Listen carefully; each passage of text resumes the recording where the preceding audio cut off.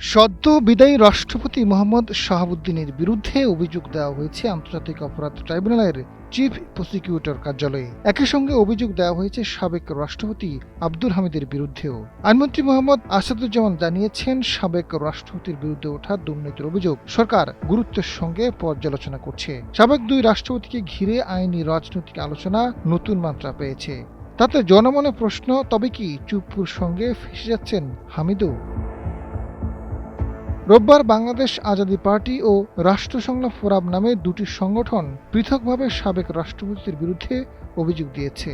অভিযোগ দাখিলের পর আজাদী পার্টির আহ্বায়ক লেফটেন্যান্ট কর্নেল অবসরপ্রাপ্ত মোহাম্মদ হাসিনুর রহমান জানান, 5 আগস্ট পর্যন্ত এত লোককে হত্যা করা হয়েছে, গুম করা হয়েছে, কোনোদিনই প্রতিবাদ করেনি সাবেক এই দুই রাষ্ট্রপতি। এ অপরাধে তাদের মৌন সমর্থন ছিল।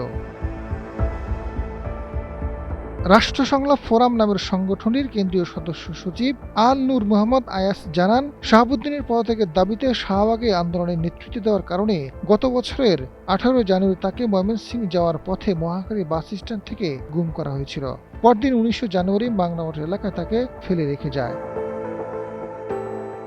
এদিকে দুই সাবেক রাষ্ট্রপতির বিরুদ্ধে অভিযোগ দেওয়ার পরপরই আইনমন্ত্রী মোহাম্মদ আসাদুজ্জামান জানান, সদ্যবিদায়ী রাষ্ট্রপতি মোহাম্মদ শাহাবুদ্দিনের বিরুদ্ধে ওঠা দুর্নীতির অভিযোগ সরকার গুরুত্বের সঙ্গে পর্যালোচনা করছে। দুদকের চেয়ারম্যান ও ইসলামী ব্যাংকের পরিচালক হিসেবে দায়িত্ব পালনকালে তার বিরুদ্ধে ওঠা বিভিন্ন অভিযোগ যাচাই করা হচ্ছে।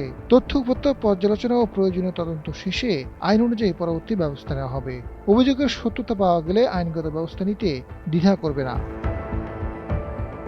তবে আর্থিক অনিয়মের আলাদা কোনো তদন্ত করবে না বলে জানিয়েছে বাংলাদেশ ব্যাংক। কেন্দ্রীয় ব্যাংকের মুখপাত্র আরিফ হোসেন খান জানান, বাংলাদেশ ব্যাংক ব্যক্তি নয়, ব্যাংক ও আর্থিক প্রতিষ্ঠানের কার্যক্রম তদারকি করে। কোনো ব্যাংক পরিদর্শনে অনিয়ম ধরা পড়লে সংশ্লিষ্ট ব্যক্তি বা পর্যালোচনা পর্ষদের সম্পৃক্ততা পাওয়া গেলে আইন অনুযায়ী ব্যবস্থা নেওয়া হয়। আজাদ ফারুক, সময়ের আলো।